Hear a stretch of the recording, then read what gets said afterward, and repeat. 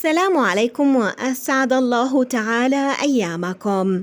لا تستطيع ساقية أن تعكر بحرا، وليس بمقدور شمعة أن تطفئ شمسا، ومستحيل على نملة أن تقتلع نخلة. ولكن هذا ما يحاوله التشكيلي مأمون علواني أمام إمام الدعاة الشيخ الجليل محمد متولي الشعراوي رحمه الله تعالى، ذلك الرجل الصادق المخلص المحبوب الداعي إلى الطهر والعفة والصدق والاستقامة. تعالوا أيها الأكارم، قبل كل شيء نتفكه قليلا على حساب التشكيل علواني الذي يخترع ألفاظا في اللغة العربية ليست موجودة فيها، ثم يريد أن يقف في وجه الشيخ الشعراوي ملك اللغة العربية.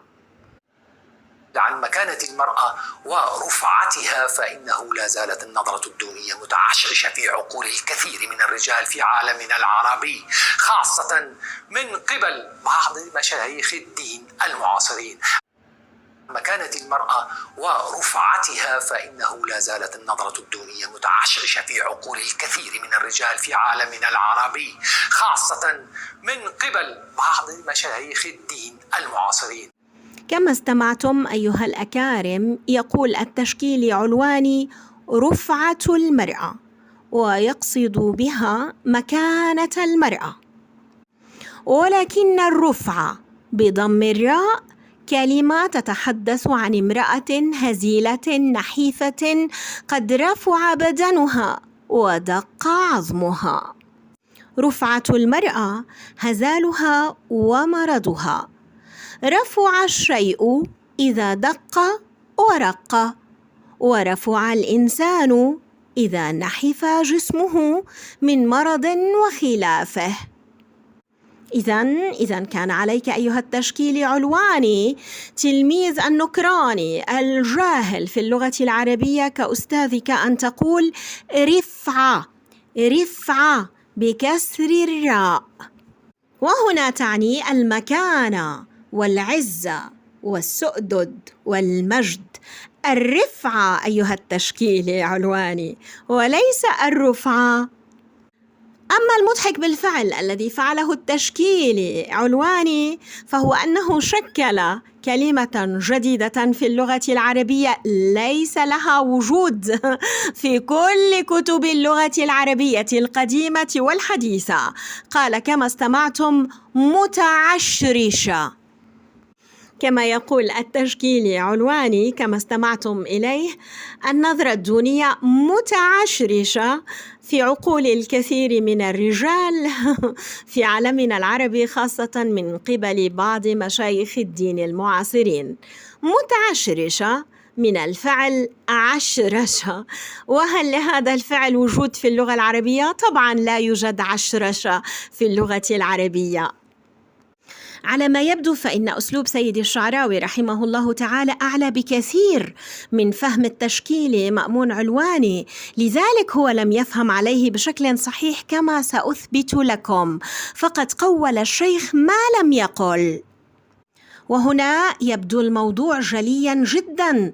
كيف يفهم التنويريون الجدد مثل علواني والكيالي على الدعاة وعلى الشيوخ؟ في واقع الأمر إنهم لا يفهمون عليهم كما يبدو، لأن لغتهم لغة هؤلاء النكرانيين ليست سليمة، واللغة وعاء الدين، والقرآن نزل بلسان عربي مبين. لم يبقى إلا صاحب لفظ متعشرشة إلا أن يشرح لنا القرآن الكريم وأن يشرح لنا ديننا بتعشرشه. من قبل بعض مشايخ الدين المعاصرين الذين خصصوا أغلب ساعات برامجهم ومواعظهم عن مفاسد النساء وشرورهن في المجتمع. على سبيل المثال، ما اعتبره الشيخ المصري محمد متولي الشعراوي في تسعينات القرن الماضي أن المرأة إذا خرجت من منزلها تغوي الرجل وتفسد البيوت. الافتراء الأول الذي افتراه التشكيل العلواني على سيدي الشيخ الجليل محمد متولي الشعراوي رحمه الله تعالى. لاحظوا أنه يفتري على رجل ميت لا يستطيع الدفاع عن نفسه، هكذا يفعل المنافقون.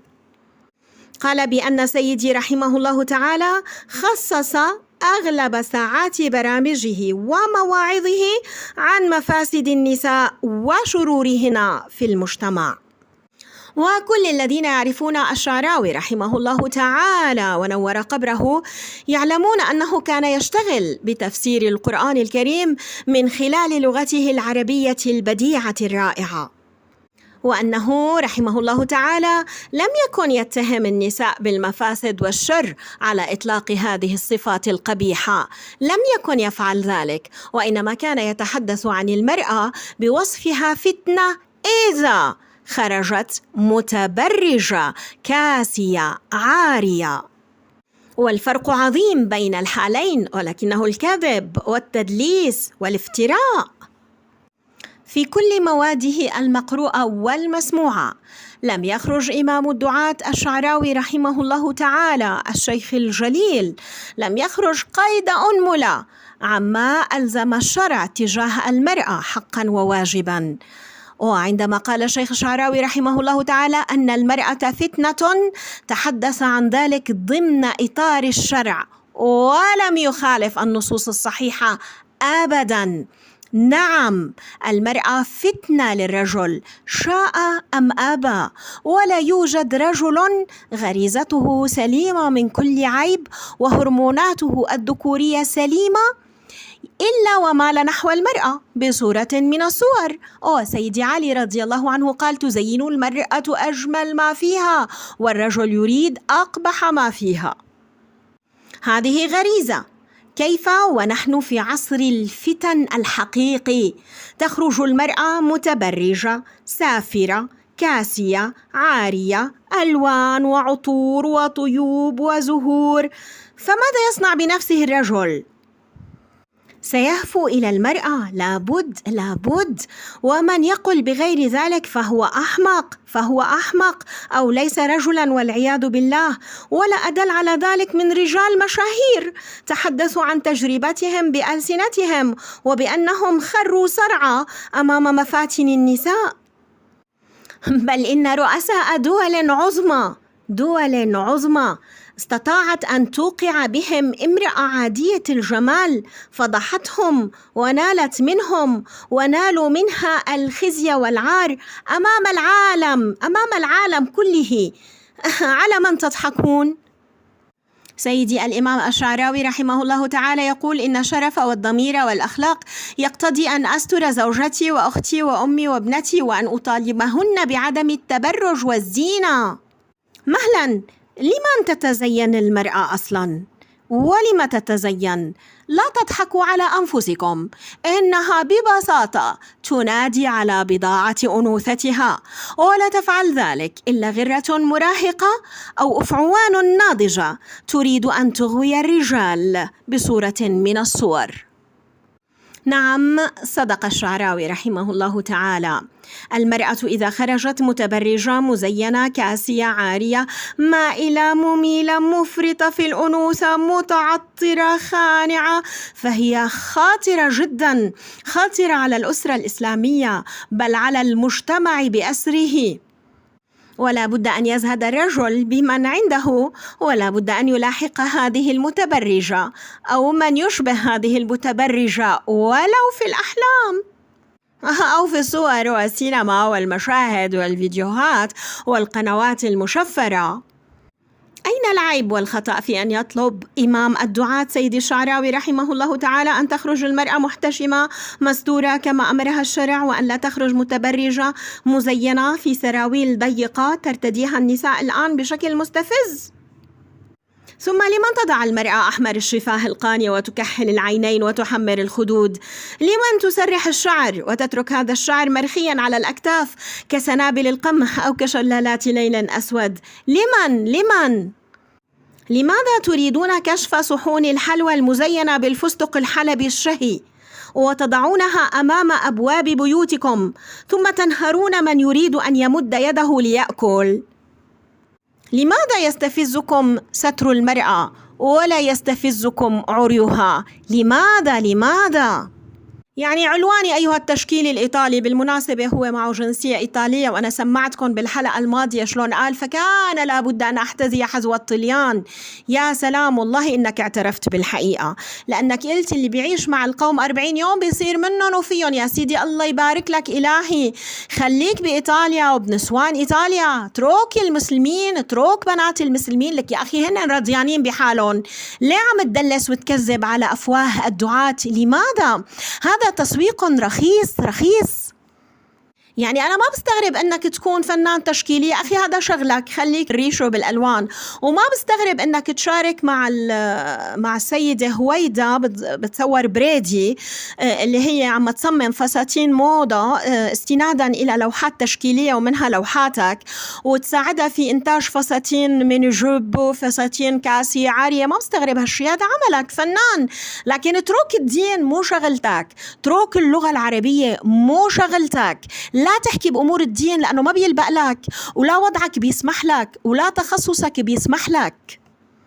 علواني أيها التشكيلي تلميذ النكراني الكيالي، خليك بميكيل أنجلو، بليوناردو دافنشي، خليك اللي بالرسم بالنبض، بالرسم بريحة العرق، خليك باللي قطع إذنه وسمل عينه. هاي موضوعات بيحكيها فنان تشكيلي. خليك كتير لابقت لك، بعد عن اللغة العربية، بعد عن الدين، بعد عن القرآن الكريم. ولا سيما أنت مع الدكتورة فاطمة أحمد في برنامج اسمه مساحة وعي. أعوذ بالله، وكأنك الكيالي ولكن بصورة أخرى. نفس الأفكار يا جماعة، نفس الأفكار. هو يحرم التعدد. من أنت؟ هو يرفض وجود صراط مستقيم وعذاب قبر. من أنت؟ أنت تشكيلي فنان، تعمل على ريشة وقماشة ولوحة وألوان، وبتعمل موضة فساتين، وهي شغلتك. ومعلق رياضي أحيانا، وأحيانا بتكون مذيع العرب في فترة من الفترات، بتدرب الناس اللي بدهم يرقصوا ويغنوا على الحركات. فلماذا تريد أن تتحدث في الدين؟ وتريد بالذات أن تفتري على إمام الدعاة، على رمز عظيم من رموزنا الشعراوي رحمه الله سبحانه وتعالى، رغم وجود بعض الأخطاء التي وجدت عند الشيخ الجليل غفر الله له، ولكن هو إمام الدعاة شئنا أم أبينا، هو ملك اللغة العربية شئنا أم أبينا. في القرآن الكريم وضع البيان الإلهي فتنة المرأة على رأس قائمة الفتن والتزيين. زين للناس حب الشهوات من النساء.